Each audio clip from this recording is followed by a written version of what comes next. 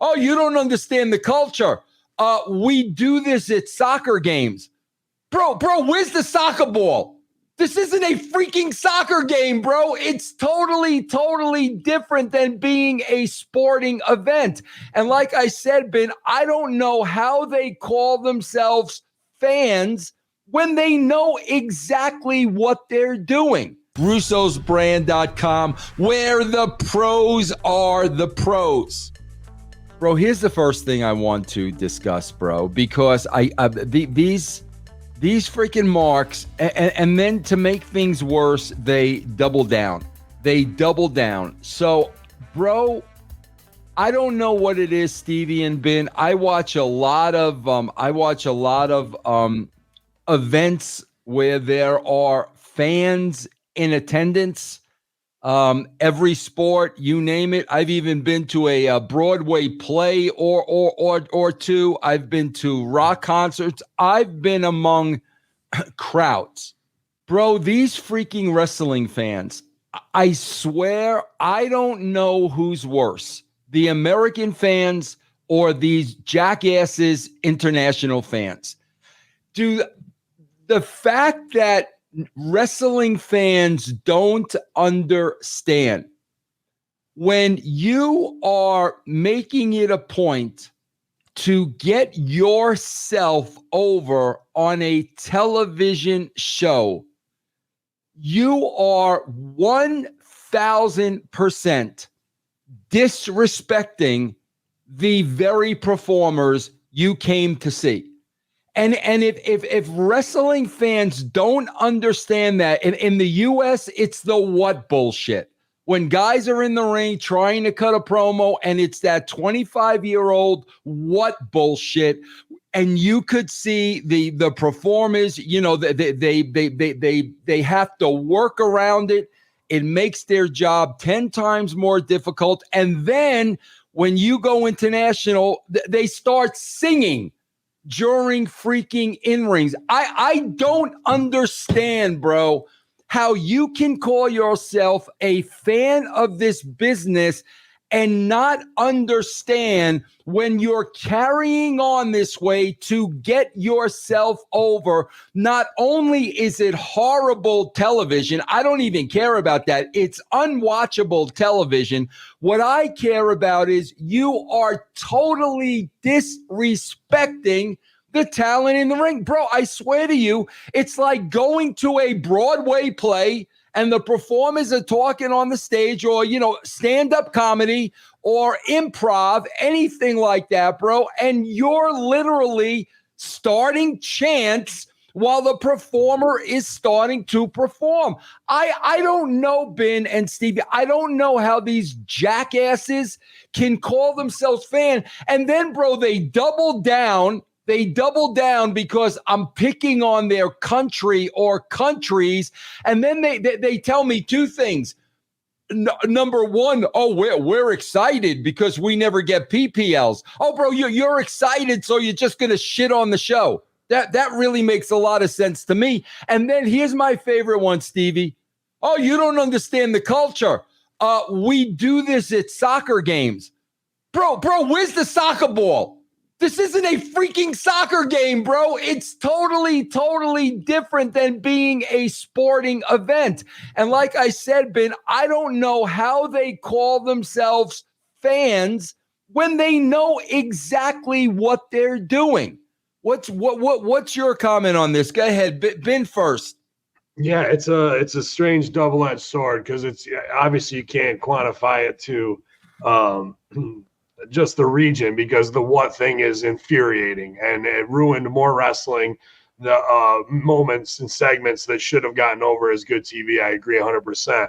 But I also have a huge disdain for this chim cheree bullshit, where I don't know what happened to them when they were little kids with this fucking Mother Goose bullshit that they got to sing along. And if you got to sing along at soccer games, you know why? Because soccer sucks too, and it's not even that fun to watch.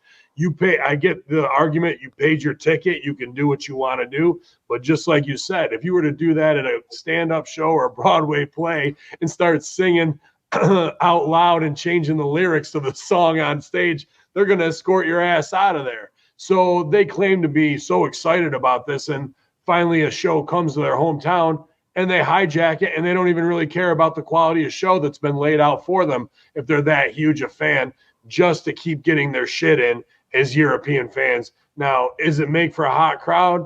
Yeah. And like, this is the double edge of it, because the what thing can be torn down and so can that. But here we are with a ECW legend, and I was a fanatic of that time, and we would hijack shows all the time too. Now, I don't know. I like to hear Stevie's opinion on that. Did that get the boys pissed at that time?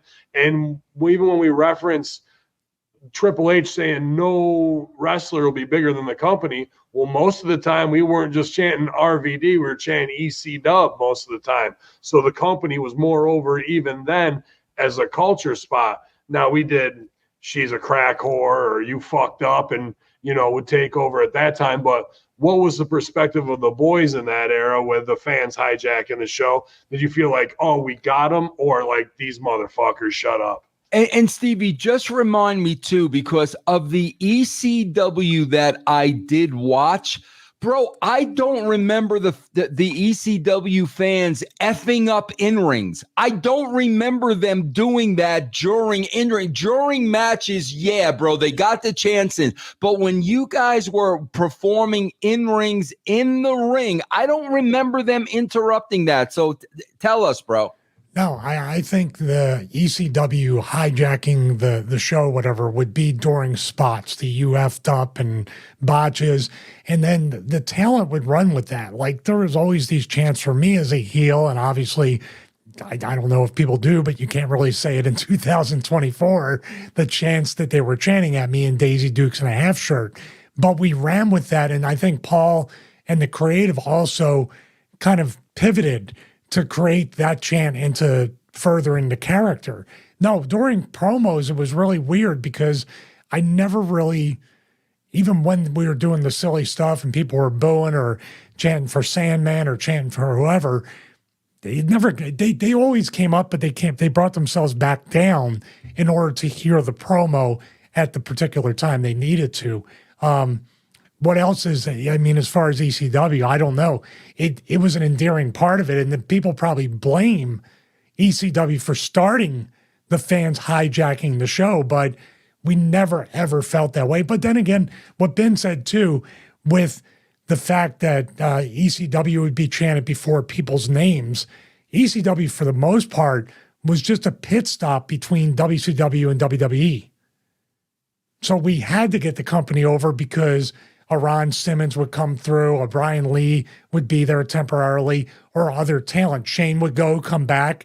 We needed that. WWE has these talents locked down. So I don't understand why they're still leaning towards the company being more over. I don't know. They have the NXT assembly line approach, I think, now. I'll tell you what, last night I got the invite last minute to do the run-in on Cafe de Rene. Always a great time over there, and I got to hang out with Big Gene Snitsky as well until he showed up. But James, the co-host, James from the UK, was one of the first guys that kind of went back at you, and I could see he was riding one ass cheek to see if I was going to call him out. So I held the line for the brand last night, Vince, and didn't let any of these limeys get away with any bullshit on us. So James is always a nice guy, but I gave him the same. I hate this fucking Mother Goose bullshit that you guys pull to hijack shows. And to be honest with you, it makes for such bad TV that chances of the boys want to go back over there and do that again because you just ruined their creative. You're not helping your cause. It might seem like, what are the European fans going to do? But the performers are just like, okay. You see him in the ring, like, get over it so we can fucking move on. Can I push back on that, though? But Sure. weren't we talking about the highest gate on the France show? And this one, the Clash at the Castle, is with Clash at the Castle as well. They literally have charged up. I mean, they're just gouging these fans, but they're paying the price. But if you run 2 or 3 shows there, you're going to pimp that market out. The only reason why it's just a yearly pay-per-view, though. Last year at Scotland, if they do it once a year, charge them hundreds of dollars, if not thousands, a ticket. Okay, you're giving us your money. Go ahead and chant all you want. Let me throw myself under the bus here, idea-wise, because if I feel that strongly about it one way, I'm trying to look at things, the yin and the yang, right?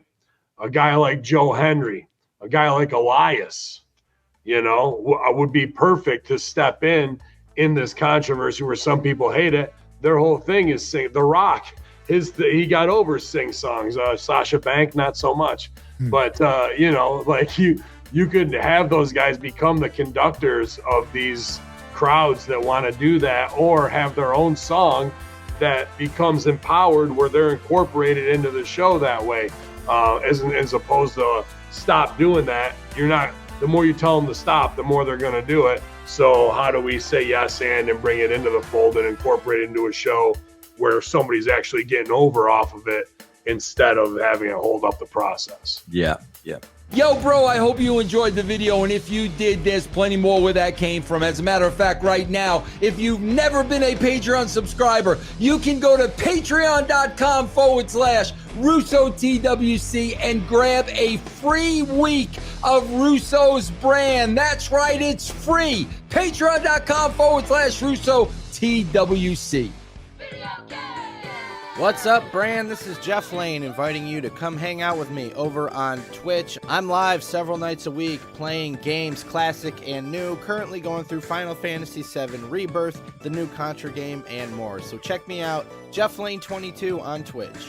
Pick up Mike Durbin's Conan action figure, bro. Look how beautiful this thing is.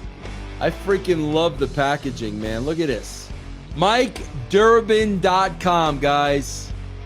Help Mike out, man. This is a beautiful action figure, bro. Beautiful. MikeDurbin.com.